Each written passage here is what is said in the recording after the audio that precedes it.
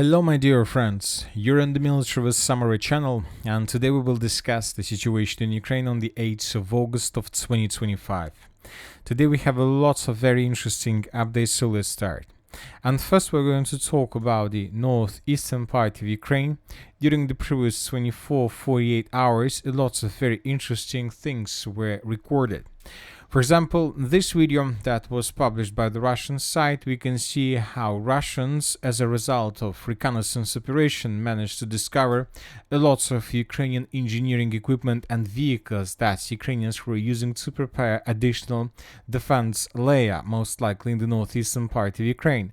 But the Russians, when they discovered this concentration of engineering equipment, began bombing and attacking this territory, mainly with German drones. As a result of this attack, the Ukrainians, lots of vehicles, engineering equipment were destroyed.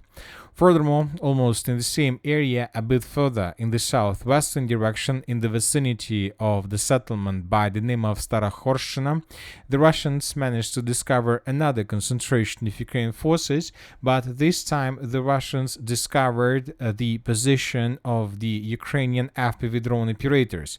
Most likely the Ukrainians were planning to attack deep inside of the territory of the Russian Federation with drones, but the Russians attacked this area with Iskander missile. The most important thing of this video is the distance, is the timing that the Russians spent to make a decision. Obviously, this was very short period of time. First, the Russians discovered, and probably several minutes later, the Russians attacked this territory. Ukrainians most likely suffered huge losses. Now let's move further and let's discuss the situation in the Sumi direction, where the Ukrainians continue their counter-offensive operation. This time I would like to point your attention to this concentration of Russian attacks. In these videos we can see how Russians were bombing and attacking Ukrainian positions, most likely concentrations of Ukrainian forces with aviation and with bombs. Lots of attacks were recorded, as you can see, and lots of geolocations were added to the map. So what is so important in this video? I would like to remind you that the situation around the village of Kondratovka started almost the same way. First, the Russians were attacking the concentrations of Ukrainian forces on the area of this forest, and the Russians were attacking lots of tree lines in this area. And 2 weeks after, or something like this, the Ukrainians, as a result of counter-offensive operation, managed to establish or restore control over the settlement of Kondratovka and Andreevka. And now we see that the Ukrainians are doing the same thing. First, they started the concentration of their forces in this area, and most likely in coming days, most likely in 2 or 3 days, the Ukrainians will begin another counter-offensive operation with the purpose to restore control over the villages of Varachina, Alexeyevka, and the main priority for the Ukrainians is the village of Bilovody. So the Ukrainians will continue their counter-offensive operation with the purpose to restore control, complete control over the Sumi region, and to force the Russians to fall back from this area. So I would like to remind you that according to several insights, the Russians are planning to use these territories to change them for some territories on the Donbas direction. Now let's move further and let's discuss the situation in the Kupiansk direction, and first let's talk about the southern Kupiansk area, about the Lyman direction, where the Russians continue their offensive operation. During the previous 24 hours, lots of interesting things were recorded in this area, and first let's talk about the northern flank. According to information we have, the Russians improved their positions significantly. Several Russian soldiers and groups managed to cross the river of Nitrius and to establish a strong control over Ukraine positions on the western bank of the river of Nitrius. The Russians improved their positions in the area of Serednya, and the Russians improved their positions in the area of Karpovka. So the Ukrainians are falling back from this area, and it seems that the Russians are trying to improve their positions with the purpose to secure this area and to allow, let's say, another group of Russian forces to move further in the southern direction towards Liman without any risk of being attacked by Ukrainian forces from the north. So we see that the Russians are advancing in this area. Furthermore, during the previous 48 hours, the Russians carry out another massive bicycle attack in the direction of the settlement of Zarechne. This video was published by the Ukrainian sources. We will not watch this video fully. There are lots of episodes how Ukrainians were attacking Russian bikers with FPV drones, so which means that there are lots of casualties, lots of violence. So we will skip this video, but lots of episodes were geolocated in this video. And several attacks took place in the area of the settlement of Tarskoye, and at least 2 attacks were recorded on the territory of the settlement of Zarechne. One of the attacks took place in this point, another attack took place in this point. Based on this video, as you can see, we have adjusted the map. Currently, we don't know for sure what kind of territories are under complete Russian control, whether that was attack of just sabotage and reconnaissance group, or the Russians began a full-scale offensive operation with the purpose to establish complete control over the settlement of Zarechne.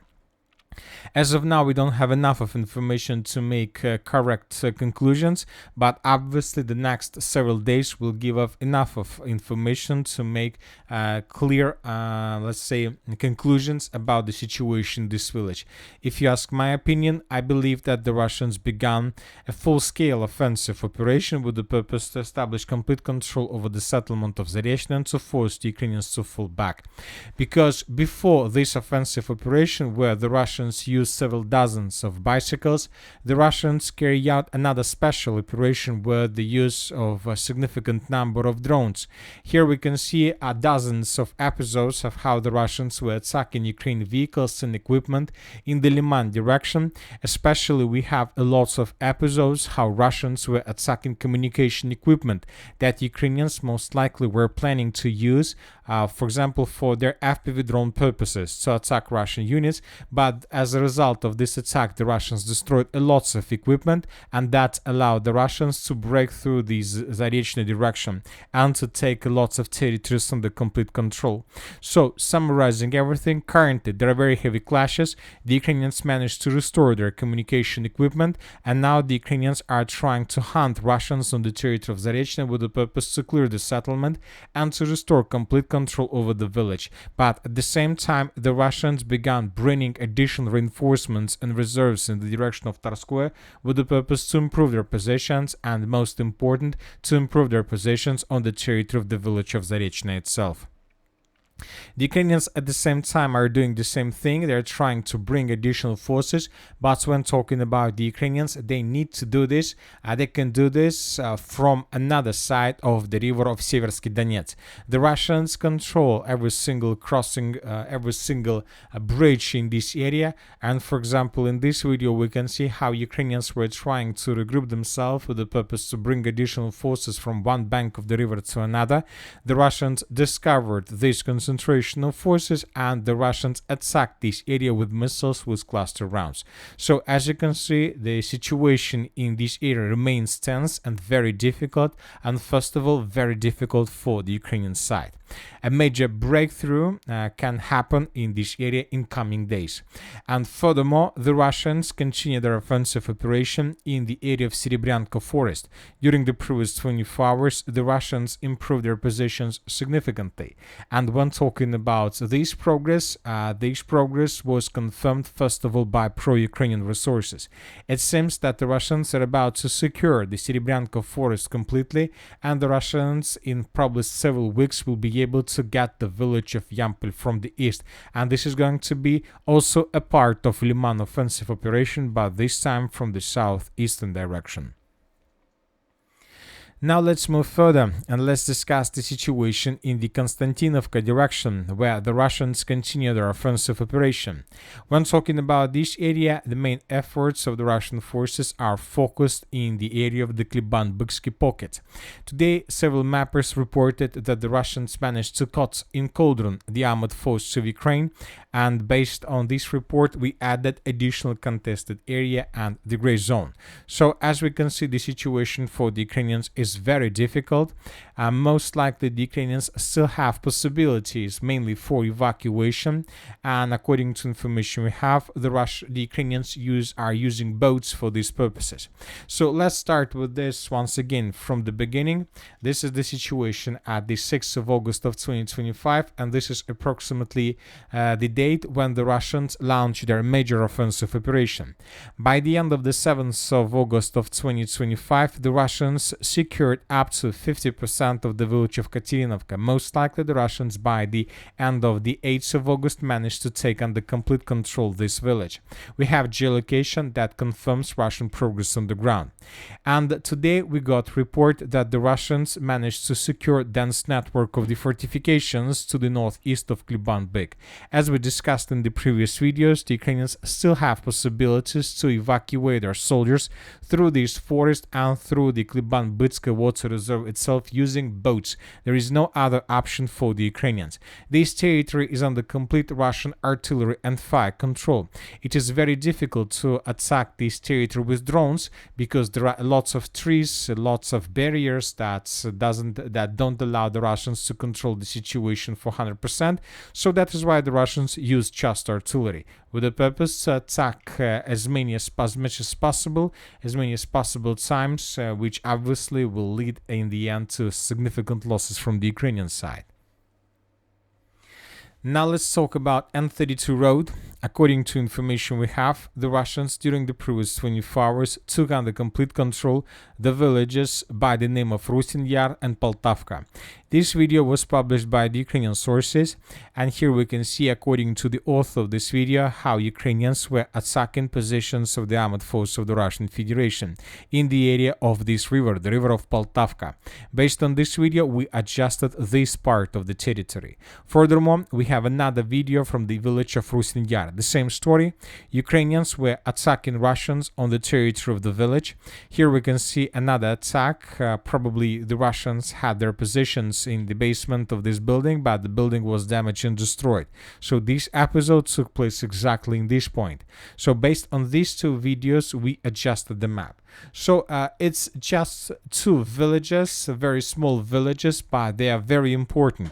And the main importance of these villages is that as soon as the Russians are able to take this territory under complete control, then the Russians will be able to take final villages in this direction. And then there's going to be a huge gap between possible Russian positions and the villages, let's say, of Sofievka. The gap is more than 5 kilometers. And another gap is taking place further to the north between the villages of Novopavlovka and Rusin Yar. When talking about this area, the gap is around 7 kilometers. This is very important because as soon as the Russians establish control over these territories, Ukrainians will lose any possibility to carry out counter-offensive operation. And this is very important. This will allow the Russians to secure their northern and the northeastern flanks before continuing offensive operation further deep inside of the territory of the Pokrovsk agglomeration, where the Russians, by the way, during the previous 24 hours, once again managed to improve their positions significantly. And first, let's talk about this progress. According to several mappers, the Russians secured the mine of Constantinovka. This is very important stronghold. Furthermore, according to information we have, the Russians began assault operation on the next mine in this area, the mine of Rodinska. These two mines is the base of Ukrainian defense in the area of the settlement by the name of Rodinska. If Russians take this mine under control, Ukrainians would be forced sooner or later to begin falling back process. Furthermore, the Russians established complete fire control over the main supply and logistic roads that go between the village of Rodinska and the Pokrovsk agglomeration itself, and Ukrainians have suffered losses if they use this road for evacuation, supplying and supporting. So we see that most likely during the next several days we're going to receive first updates and first probably even videos from the territory of the settlement of Rodinska itself, and everybody knows what happens if Rodinska falls in Russian hands. As for the southwestern part of the Pokrovsk agglomeration, during the previous 24 hours, the map was adjusted significantly in Russian favor. So this is the situation by the end of the 7th of August of 2025, and this is the situation by the end of the 8th of August. The Russians improved their positions in the central part, and we see that currently Russians have very strong positions there. Furthermore, according to several pro-Russian resources, lots of sabotage and reconnaissance groups were recorded in the southern and the southeastern part of the settlement. Basically, the southeastern part was cut in by Russians into several parts and pieces, and now the Russians are going to fight for each piece separately, which obviously will ease the entire process of the assault operation on the city of Pokrovsk, and most likely the Russians, the progress on the ground will intensify in Russian favor in coming days. And as the same situation as with the northeastern part, if the southern part, we're talking about the citadel of Pokrovsk, falls, this means that the entire city of Pokrovsk will fall much faster than was expected. So we are talking about a major battle for the city of Pokrovsk. This is the main stronghold of the armored forces of Ukraine. If they lose this territory, most likely the entire city will fall very fast. Probably it will take some time for the Russians to cross the railways, so to answer the northern part of the city, but it will be much easier in comparison with the battle for the citadel. Now let's move further. As for the southern part, as for the South Donetsk direction, the Russians continue their offensive operation.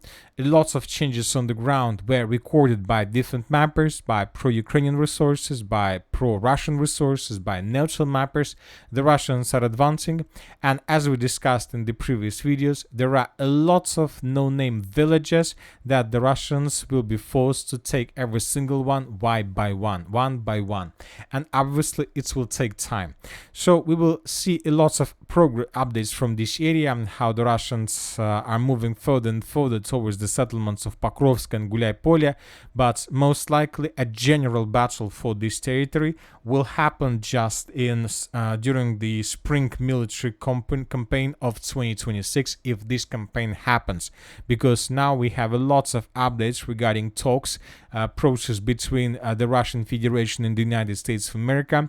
Everybody in the world is waiting for talks between Putin and Trump. Most likely these talks will be the beginning of the end of the special military operation. So some experts are saying that most likely we are not going to see military campaign in 2026 at all. Anyway, today Vladimir Putin had very tough schedule. He had lots of phone conversations. He called and talked with the leader of China, Xi Jinping. He talked with the Prime Minister of India, Modi, and he talked with the President of the Republic of Belarus, of Kazakhstan, Uzbekistan, and many other leaders, including South Africa. And he was talking about talks about the results of talks with Special Aid Steve Witkoff, and most likely the President of the Russian Federation was very happy with the results of talks. Furthermore, today, right after the talks between Russia and the United States of America ended, the near closest ally of Russia, of Putin, Alexander Lukashenko, the President of the Republic of Belarus, made his own statements. And they are very interesting. Alexander Lukashenko announced Belarus' readiness to organize trilateral talks involving Vladimir Putin, Donald Trump, and Vladimir Zelensky. So it seems that Minsk number 4, Minsk 4 might happen. He emphasized that with a reasonable approach to negotiations, Russia and Ukraine will never fight again. This is also very important.